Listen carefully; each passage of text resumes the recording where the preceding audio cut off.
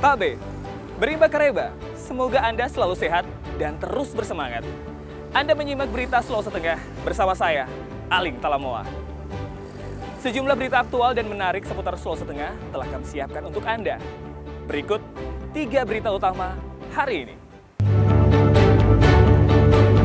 Tim SAR gabungan masih mencari warga yang hilang saat mencari batu di tebing perairan Pulau Kaleroang.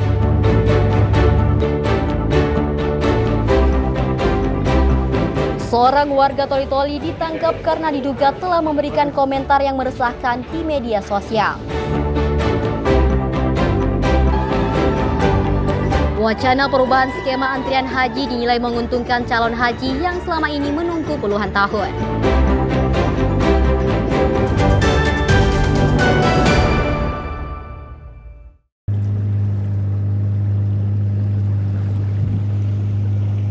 Memasuki hari kedua, tim SAR gabungan masih melakukan pencarian terhadap Aslan, nelayan yang dilaporkan hilang di perairan Kaleroang, Kecamatan Bungkus Selatan, Kabupaten Morowali.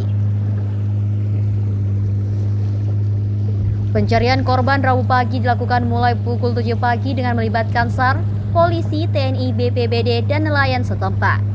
Mereka dibagi 3 tim untuk memperluas area pencarian di sekitar lokasi penemuan perahu korban.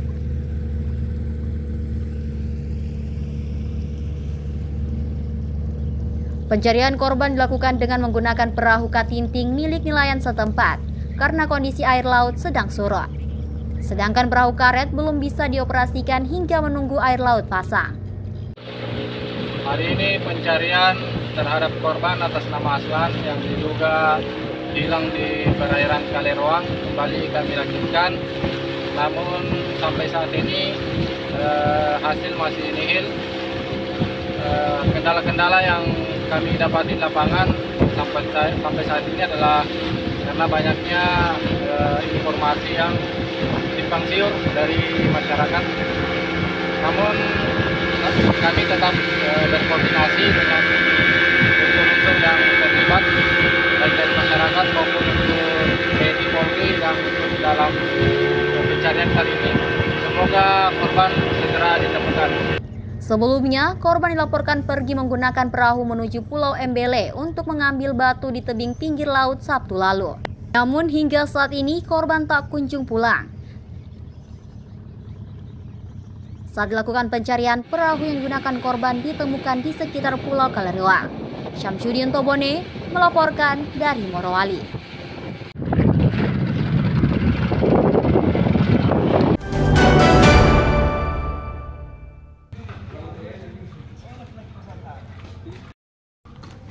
Satuan Reserse Kriminal Polres Toli-Toli menangkap seorang pria berinisial JDA alias J usai dilaporkan membuat onar di media sosial Facebook. Ulah pria tersebut dinilai meresahkan masyarakat. PAD alias J dikirim petugas kepolisian dari sel tahanan menuju ruang konversi pers untuk dihadirkan kepada sejumlah awak media terkait kasus tindak pidana penggunaan teknologi informasi. PAD alias J yang merupakan warga Gunung Cengkeh, Kelurahan Tuwelei, Kecamatan Baulan, ditangkap petugas kepolisian lantaran memberikan komentar yang meresahkan sehingga memicu amarah publik di media sosial Facebook. Di hadapan penyidik, terduga pelaku mengakui sebelum menggunakan media sosial, dia terlebih dahulu menenguk miras yang selanjutnya menggunakan handphone dan akun media sosial milik istrinya. JDA alias J mengkonsumsi sisa minuman keras jenis cap tikus di kamar miliknya sendiri. Beliau mengkonsumsi cap tikus sendiri di rumahnya beliau. Setelah itu beberapa menit kemudian saat sedang minum, tersangka JDA alias J mengambil 1 unit handphone merek Oppo A5 warna hitam yang terletak di atas lantai kamar milik istrinya alias ZT. Dugaan tindak pidana setiap orang yang dengan sengaja tanpa hak mendistribusikan atau mentransmisikan informasi elektronik dan atau dokumen elektronik yang sifatnya menghasut, mengajak atau mempengaruhi orang lain sehingga menimbulkan rasa kebencian atau permusuhan terhadap individu dan atau kelompok masyarakat tertentu berdasarkan ras. Sembari dilakukan penahanan terhadap terduga pelaku selama 20 hari ke depan. Di sel tahanan Mapolres Toli-Toli, kini berkas perkara tindak pidana pelanggaran informasi telah dikirim ke Jaksa Negeri setempat. Para pengguna media sosial di Toli-Toli diimbau agar menggunakan media sosial dengan bijak, di mana sebelum memberikan komentar bisa berpikir jernih, sehingga komentar yang dikirim tidak berdampak ke masyarakat. Syamsuddin Tobone melaporkan dari Toli-Toli.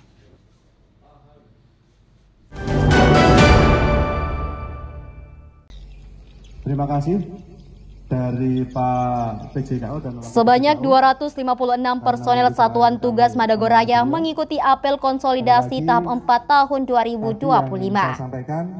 Itu adalah kegiatan yang berlangsung sehari ini digelar di Poskotis Tokorondo, Kabupaten Poso.